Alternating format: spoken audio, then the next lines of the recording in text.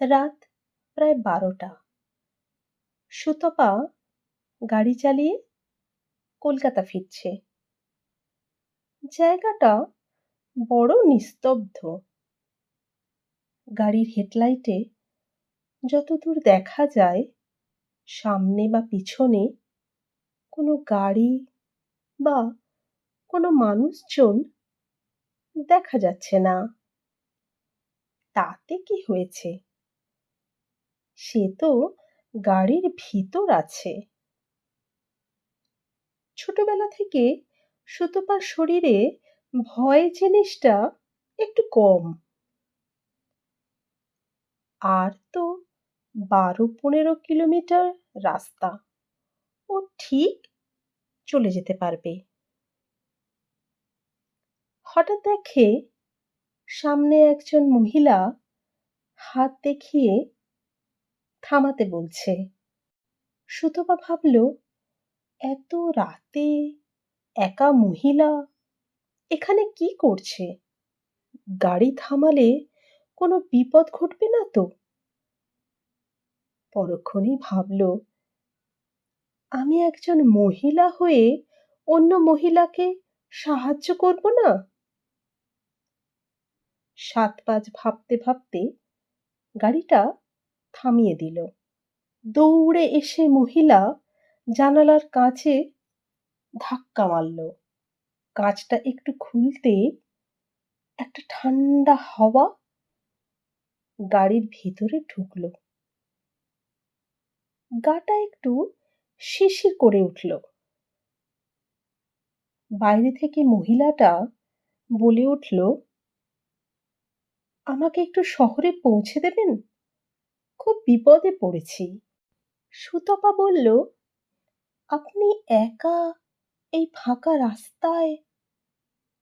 আপনার সাথে কেউ নেই? মহিলা জবাব দিল, আসলে আমার স্বামী গাড়িটা সারাতে নিয়ে গেছে। আমাকে একটু অপেক্ষা করতে বলল। আমি খুব ভয় পাচ্ছিলাম। আপনাকে দেখে একটু স্বস্তি পেলাম। মহিলা গাড়ির পিছনের সিটে উঠে বসল। সুতপার একবার মনে হলো গাড়ির ভিতরটা যেন একটু বেশি ঠান্ডা হয়ে গেছে। যাক, আর ভেবে লাভ নেই। তাড়াতাড়ি বাড়ি পৌঁছে একটু বিশ্রাম নিতে পারলে ভালো হবে। সুতপা গাড়ি স্টার্ট দিল। সুতপা গাড়ি চালাচ্ছিল ঠিকই, কিন্তু লুকিং গ্লাস দিয়ে বারবার পিছনের মহিলাকে দেখছিল। মহিলা চুপ করে নিচের দিকে মুখ করে বসেছিল। সুতপা মনে মনে ভাবছে, মহিলা একবারও স্বামীর কথা বলছে না তো, বা স্বামীর জন্য চিন্তাও করছে না। সুতপা একবার ভাবল নাম জিজ্ঞাসা করবে, কিন্তু আর 10 মিনিট পর যে গাড়ি থেকে নেমে অন্য জায়গায় চলে যাবে তার নাম জেনে আর কি হবে? এই ভেবে সুতপা আর নাম জিজ্ঞাসা করল না। ওই তো শহরের প্রায় কাছাকাছি চলে এসেছে। চোখ ধাঁধানো আলো দেখা যাচ্ছে। হঠাৎ একটা লম্বা হাত বাড়িয়ে মহিলা বলে উঠল, আমাকে একটু জল দেবেন? খুব জোরে একটা শব্দ করে গাড়িটা থেমে গেল। একটা কঙ্কাল হাত সুতপার গলার কাছে। হৈ হৈ করে লোকজন ছুটে এলো। ততক্ষণে সুতপা গাড়ি থেকে বেরিয়ে পড়েছে। সুতপা দেখল ওই মহিলাও গাড়ি থেকে কখন বেরিয়ে গেছে। চলে গেছে হেঁটে হেঁটে অন্ধকারের দিকে।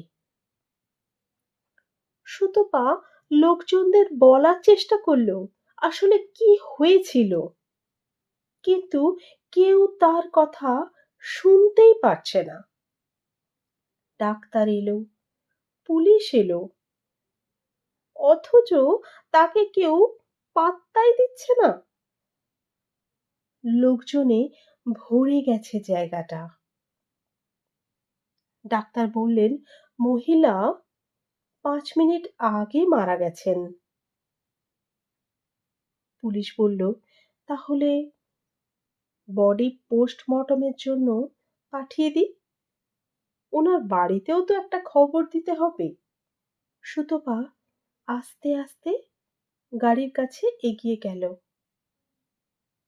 জায়গাটা ঘেরা হয়ে গেলেও কেউ তাকে গাড়ির কাছে যেতে কিন্তু বাধা দিল না।